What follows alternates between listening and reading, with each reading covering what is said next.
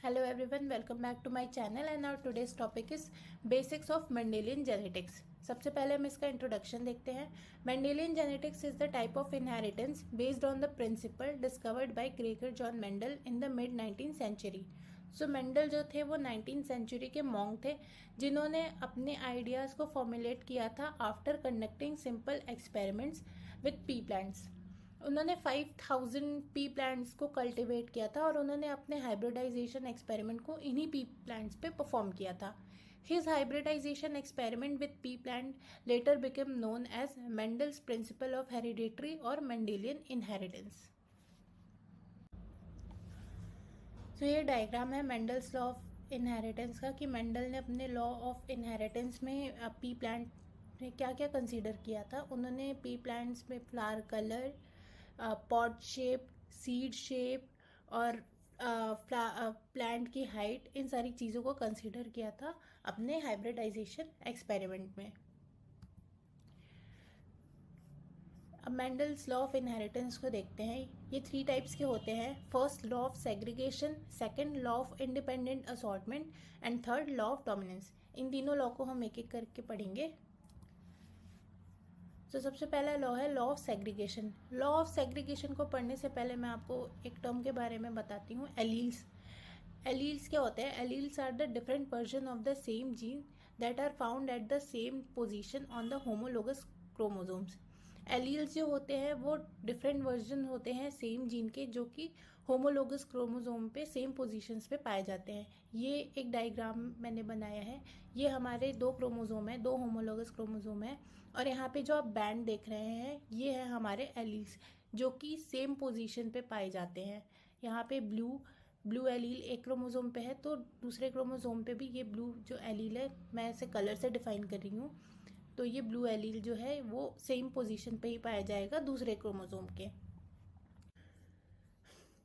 अब हम पढ़ेंगे लॉ ऑफ सेग्रीगेशन के बारे में. So this law states that during the gamete formation gametogenesis 2 alleles from each gene separated from each other so that each gamete carry only 1 allele for each gene. ये एक explanation है law of segregation का कि law of segregation होता क्या है. Basically law of segregation जो होता है it is possible for monohybrid cross only and it is only possible for the trait for one trait that we are looking for. तो यहाँ पे जो हमने ट्रेड लिया है वो हाइट का ट्रेड लिया है, क्योंकि हमने यहाँ पे सिंगल हाइट का ट्रेड लिया है और उसी की सेल्फिंग करवाई है, इसलिए ये जो क्रॉस है इसे हम मोनोहाइब्रिड क्रॉस कहते हैं. तो ये लॉ क्या कहता है कि this law states that 2 copies of each gene factor segregate during the development of gametes. हमने यहाँ पे पेरेंट्स लिए हैं टॉल और शॉर्ट. टॉल को हमने रिप्रेजेंट किया है कैपिटल टी से, क्योंकि जो जीन्स होते हैं वो हमेशा पेयर के फॉर्म में होते हैं, और शॉर्ट को हमने रिप्रेजेंट किया है स्मॉल टी से.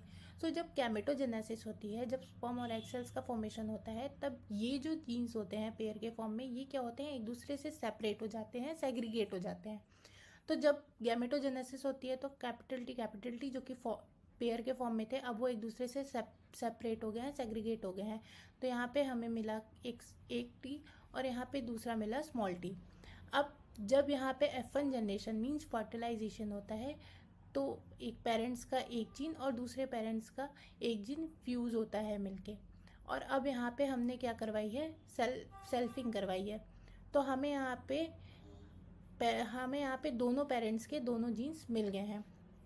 तो अब हम यहाँ पे क्या करवाएंगे, क्रॉस करवाएंगे. मान लो ये फादर का जीन है और ये मदर के जीन है.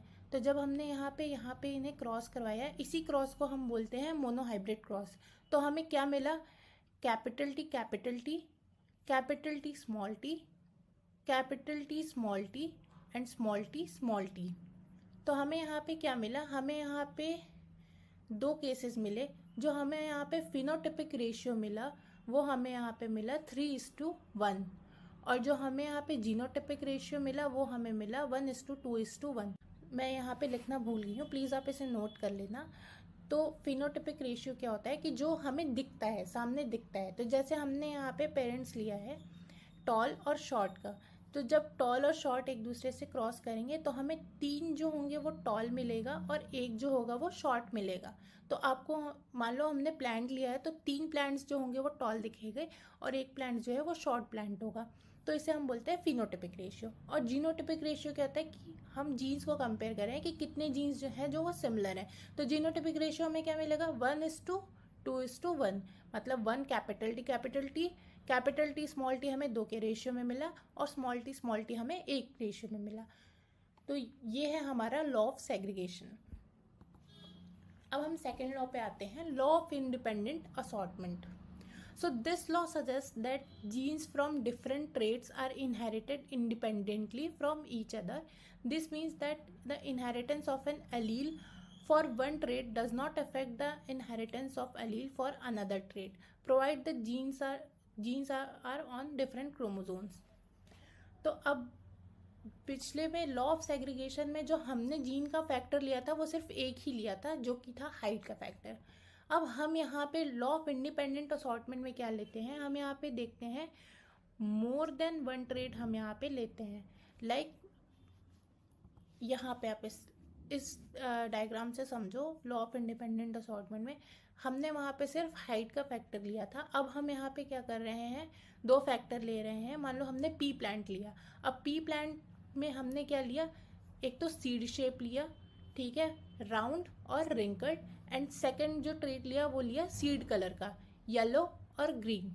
तो अब क्या है, जब हम एक से ज़्यादा फैक्टर लेकर के उसे क्रॉस करवाते हैं, ये आता है हमारा लॉ ऑफ इंडिपेंडेंट असॉर्टमेंट में। पे हम मोर देन वन कैरेक्टरिस्टिक्स के बारे में बात कर रहे हैं। And Mendel states that during the process of gametogenesis those 2 characters will not influence each other. तो यहाँ पे क्या होता है कि जो हम यहाँ पे 2 ट्रेट्स लेंगे तो जब गैमेटोजेनेसिस होगी तो ये जो दोनों फैक्टर हैं वो एक दूसरे को इन्फ्लुएंस नहीं करेंगे। फॉर एग्जाम्पल, अगर हमने यहाँ पे जो सीड लिया है वो लिया है राउंड और येलो, जो हमारी दूसरी सीड है वो रिंकल्ड और ग्रीन है, तो इसका मतलब ये नहीं है कि अगर ये सीड राउंड है तो जो नेक्स्ट जनरेशन में होगी तो राउंड जो सीड होगी उसका कलर येलो ही होगा, ये ज़रूरी नहीं है। तो जो ज़रूरी नहीं है कि जो सीड का शेप है वो उसके कलर को इन्फ्लुएंस करेगा। ज़रूरी नहीं है कि जो ये रिंकल्ड सीड है वो ग्रीन ही हो, रिंकल्ड येलो भी हो सकती है नेक्स्ट जनरेशन में। तो ये क्या होते हैं, वो एक दूसरे को इन्फ्लुएंस नहीं करते हैं, वो ये फैक्टर्स जो हैं वो कम्प्लीटली इंडिपेंडेंट होते हैं। फॉर एग्जाम्पल, अब मैं इसको आपको एक्सप्लेन करती हूँ। हमने यहाँ पे लिया है सीड शेप राउंड, क्योंकि ये जीन्स जो होते हैं वो पेयर में होते हैं, तो कैपिटल आर से इसे रिप्रेजेंट किया है। रिंकल्ड को हमने किया है स्मॉल आर से। हमने यहाँ पे सीड कलर लिया है कैपिटल वाई येलो और स्मॉल वाई ग्रीन। पेरेंट्स जो है हमारे, हमने लिया है एक सीड है राउंड येलो और दूसरी है हमारी रिंकल्ड और ग्रीन। राउंड जो थी वो हमारी कैपिटल आर और येलो जो है हमारी capital Y. Wrinkled small R small Y. तो जब यहाँ पे फर्टिलाइजेशन होगा तो यहाँ पे हमें capital R, small R, capital Y और स्मॉल वाई दोनों ही मिलेंगे। तो अब जब हमारा यहाँ पे F1 जनरेशन होगा, सेल्फिंग होगी, तो हमें यहाँ पे दोनों के ट्रेट्स मिलेंगे, कैपिटल वाई जो कि होगा हमारा राउंड येलो। सेकंड होगा हमारा कैपिटल आर स्मॉल वाई जो कि हमारा होगा राउंड ग्रीन, क्योंकि स्मॉल वाई रिप्रेजेंट करता है ग्रीन को। थर्ड हमें मिलेगा small R capital Y wrinkled yellow, जो कि मैंने बताया था कि ज़रूरी नहीं है कि अगर येलो कलर का सीड है तो वो हमेशा राउंड हो, वो रिंकल्ड भी हो सकता है। And lastly small R small Y wrinkled green. Third law है law of dominance. According to this law some alleles are dominant while others are recessive. A dominant allele will express its trait over the recessive allele when both are present in individual. Heterozygous. For example, in a gene for flower color, the allele for purple flowers is capital P is dominant over the allele for the white flowers small p. अब मैं आपको इस law का example देती हूँ, law of segregation से। तो ये लॉ क्या कहता है कि some alleles are dominant while others are recessive. A dominant allele will express its trait over a recessive allele. तो हमारे पास जैसे डोमिनेंट एलील है कैपिटल टी, तो यहाँ पे तो हमें टॉल प्लांट मिल जाएगा, बट यहाँ पे क्या है, कैपिटल टी भी है और स्मॉल टी भी है. स्मॉल टी हमारा रेसेसिव है एलील है और कैपिटल टी हमारा डोमिनेंट है. तो अगर हमारे पास हेट्रोजाइगस मतलब एक कैपिटल टी है मतलब डोमिनेंट है और दूसरा हमारे पास रेसेसिव है, तो हम इससे हेट्रोजाइगस बोलेंगे. और अगर हमें यहाँ पे सेम मिलती है कैपिटल टी स्मॉल टी, तो ये हमारा होमोजाइगस होता है, होमोजाइगस. तो अगर हमें ये सिचुएशन हेट्रोजाइगसली मिली तो हमेशा जो डोमिनेंट एलील है वो अपने आप को एक्सप्रेस करेगा ओवर द रेसेसिव एलील. तो मतलब अगर हमें यहाँ पे कैपिटल टी स्मॉल टी मिलता है तो ये जो प्लांट है वो हमारा टॉल ही निकलेगा, क्योंकि कैपिटल टी अपने आप को एक्सप्रेस करेगा और रेसेसिव एलील अपने आप को एक्सप्रेस नहीं कर पाएगा. यही लॉ ऑफ डोमिनेंस बोलता है. जो एग्जाम्पल है फ्लावर कलर का, इसने यही बताया कि अगर पर्पल फ्लावर में एक कैपिटल पी पर्पल कलर का फ्लावर है और वाइट कलर का फ्लावर स्मॉल पी है और दोनों ही एक साथ प्रेजेंट है, तो हमें कौन सा फ्लावर मिलेगा, पर्पल फ्लावर मिलेगा, हमें वाइट फ्लावर नहीं मिलेगा. Punnett square. Punnett square is a tool used to predict the genotypes and phenotypes of offspring from the cross between two parents. It shows all the possible combinations of allele that offspring can inherit. तो Punnett square क्या होता है, एक तरीके का tool होता है जो कि जीनोटाइप्स को प्रेडिक्ट करने के लिए यूज किया जाता है. पनेट स्क्वायर में दो टाइप के क्रॉस होते हैं. फर्स्ट है मोनोहाइब्रिड क्रॉस और दूसरा है डाईहाइब्रिड क्रॉस. मोनोहाइब्रिड क्रॉस हम पहले पढ़ चुके हैं, दिस वन, जहाँ पे हमने एक ही ट्रेट लिया था, हाइट का फैक्टर, और हमने क्रॉस करवाया था. और ये जो हमारा क्रॉस हमें मिला है जो कि फिनोटिपिक रेशियो 3:1 है और जीनोटिपिक रेशियो 1:2:1 है, ये हमारा जो क्रॉस है ये है हमारा मोनोहाइब्रिड क्रॉस. अब हम समझते हैं डाईहाइब्रिड क्रॉस को.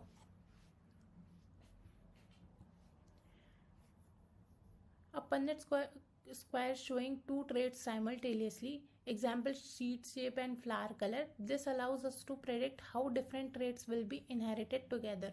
अब हमने क्या किया है, डाईहाइब्रिड क्रॉस में एक से ज़्यादा फैक्टर को ले लिया है. Example of dihybrid cross. Dihybrid cross को मैंने थोड़ा बहुत लॉ ऑफ इंडिपेंडेंट असॉर्टमेंट में बताया है, यहाँ पे मैं इसे एक्सप्लेन कर रही हूँ ताकि आपको क्लैरिटी मिल जाए. तो यहाँ पे दो सीड शेप लिए हैं हमने. फर्स्ट येलो और राउंड, सेकंड ग्रीन और रिंकल. ये हमारे पेरेंट्स जनरेशन है. अब हम क्या करेंगे, इनके बीच में जब क्रॉस होता है तो हमें एक एक जीन सारे पेरेंट्स से मिल जाएगी. येलो का वाई, राउंड का आर, ग्रीन का वाई और रिंकल्ड का आर. अब इनके बीच में जब सेल्फिंग होगी तो हमें क्या मिलेगा, yellow round capital by R, yellow wrinkled capital by small R, green round small by capital R and green और wrinkled small by small R. तो हमारा ये जो पन्नेट स्क्वायर बनेगा वो 4x4 का टेबल बनेगा जिसमें हम सारे जीन्स यहाँ पे रिप्रेजेंट करेंगे, मेल फीमेल. अब हम क्या करेंगे, इन सारे जीन्स को यहाँ पे फिल करेंगे. कैसे, capital Y capital Y capital R, capital R, capital Y capital Y capital R small R, capital by small by capital R, capital R, capital by small by capital R small R. ऐसे ही करके हम सारे jeans को यहाँ पे fill up कर देंगे. Capital Y capital Y capital R small R इस बॉक्स में फिल करेंगे. Capital by small R, capital by small R capital R, capital by small R. तो ऐसे ही करके हम सारी जीन्स को यहाँ पे फिल कर देंगे. तो हमें यहाँ पे F2 जनरेशन कैसे मिलेगी, इसका जीनोटाइपिक रेशियो में होगा हमारा 9:3:3:1. 9 जो होंगे हमारे येलो राउंड होंगे, 3 होगा येलो रिंकल्ड, 3 होगा ग्रीन राउंड और 1 जो होगा हमारा ग्रीन और रिंकल्ड होगा. तो ये एक्सप्लेनेशन है डाईहाइब्रिड क्रॉस का. सो ये हमारा बेसिक्स है मेंडल्स लॉ का. Hope you understand little bit, and that's all for today. Thanks for watching. Please like, share and subscribe to my channel. Thank you.